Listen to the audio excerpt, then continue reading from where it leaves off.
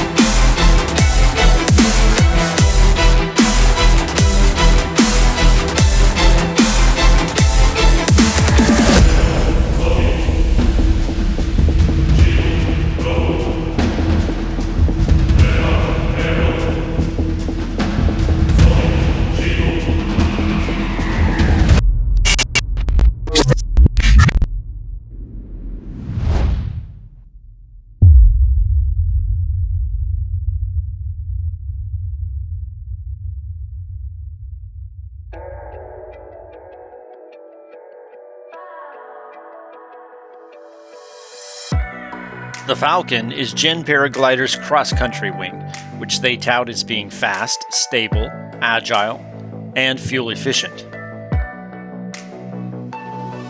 I tested the 20-meter version, which is the smallest Falcon offered, with a recommended weight range of 120 kilograms, which is roughly 265 pounds of total weight. This is a full reflex wing made in South Korea, and Gin makes it available in this eye-catching lemon yellow or majestic purple and gray. The upper and lower surfaces of the canopy are made from Domenico Docto 300, and the cell ribs are Domenico Docto N30. All the lines are Dyneema, sheathed at the bottom and unsheathed at the gallery, except for the stabilo or tip line, which is oddly aramid or Kevlar as most know it.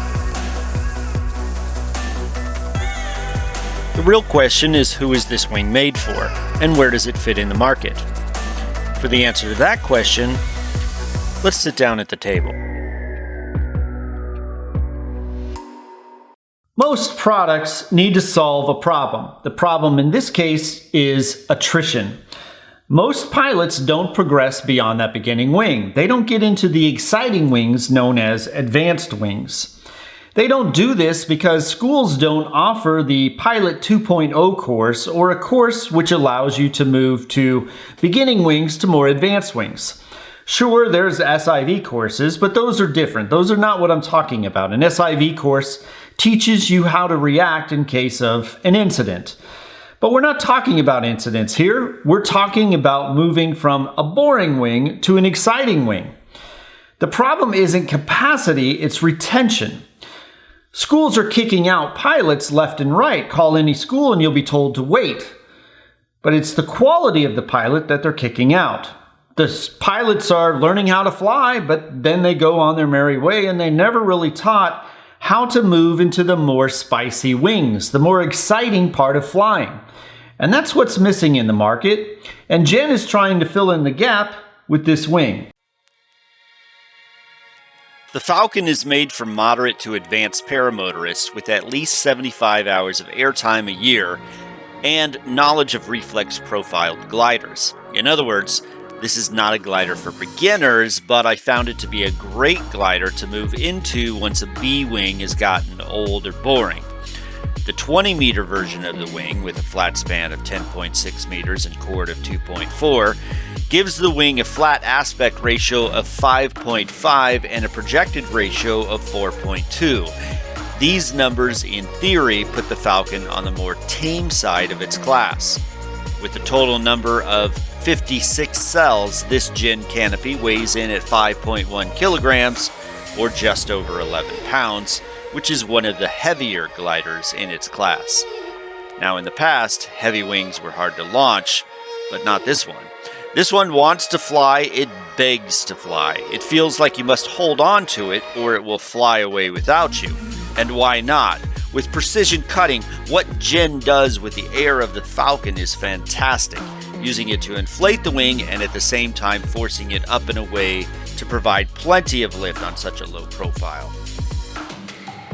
All right, so now that you've got all the technical information, the real question is how does she fly?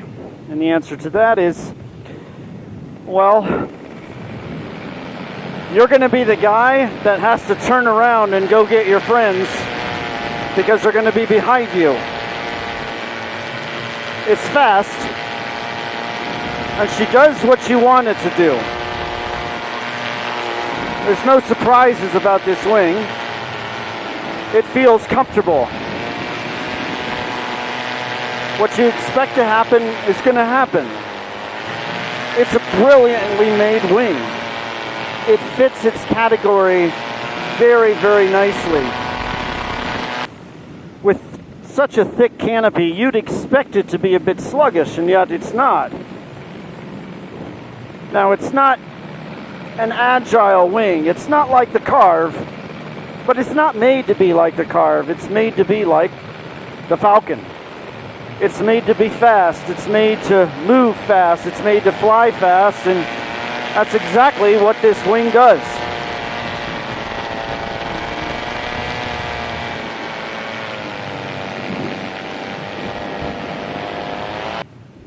Another thing about this wing is it's very efficient. It'll hold steady at a very low RPM, which means you'll use less gas.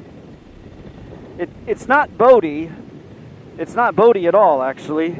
It's just very efficient at what it does. It likes to fly. It likes to hold steady. But the real brilliance of this wing is the fun factor. This is really a fun wing to fly.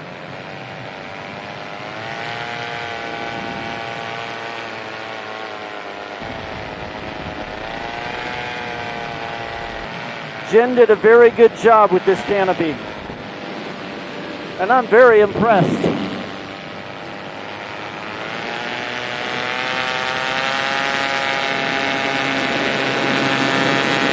But unfortunately, they didn't do as good a job with the risers. Now, as much as I appreciate the canopy of this wing, it's the risers where the real problem is. To my research, there have been 3 iterations of risers since the release of the Falcon, each iteration getting better and better and adding features like an anti-torque system and the best feature yet of this wing, the power attack system. But you wouldn't know about this feature unless you read the manual, because buried in a plethora of words about the speed system, you have a single sentence mentioning the power attack system, which is an advanced system to be able to control the trims with the speed bar. The first problem is going to be the magnet system. You notice that the receiver and the magnet on the brake are both round, but both are black. Both are actually hard to find when you're looking at a sea of black. I can't tell you how many times I've needed to stow the brake in a hurry and not been able to find the magnet. It would be nice to have a receiver that didn't have these trims around it so you can easily stow the brake when you need to. The second problem is in the trim tabs. You really have no idea where you are because you only have a series of orange, black, red, black, orange, black. There's nothing really marked, so there's no knowing where halfway is or anything like that. It's just red, orange, black. It's more like trying to figure out the difference between a coral and a king snake than it is actually knowing where you are with the trimmers. And lastly, you'll notice that the trim tab clamp is a series of gnarled edges, which in theory is a great idea. But here's the problem. At the very closed section, you'll see a white mark here, and that white stitching says you're in all the way, or so you think. That's not true. That white mark actually means go beyond me and you're screwed. Because while flying, if you're beyond that white mark, Once you put weight on the risers, it is impossible to get the risers to open. It is impossible. I spent over an hour on a flight trying to get these trimmers open. I had to fly the entire flight, trimmers fully closed, because this doesn't allow for any space to be able to open up the trims, because the weight pushing down on the risers keeps this from loosening. Gin did a good job on this canopy. I wish they would have done just as good a job on the risers as well. But nothing is perfect. I'm telling you, for a wing that's a cross-country wing, that's well built and is going to last, this is darn close. This is darn close. My final thought on the Falcon is that it's a great wing if you want to add a little more excitement to your paramotoring experience. If you're tired of a beginner wing and you're ready to move up into something that's a little more fast, agile, and just plain fun, this is a great wing for that. I truly hope that in the future, schools pick up wings like this in order to continue the education of the sport and to keep it from being boring. I'd like to thank Chris Santacroce for letting me borrow the wing, Carson Rhodenizer for shipping the wing to me, and Matt Minyard for helping me adjust and repair the wing. If you liked this video and found it of value to you, please subscribe to the channel. If you want to see further reviews, leave a comment below and let me know which wing or paramotor you'd like me to review. Thank you for taking the time to watch this video.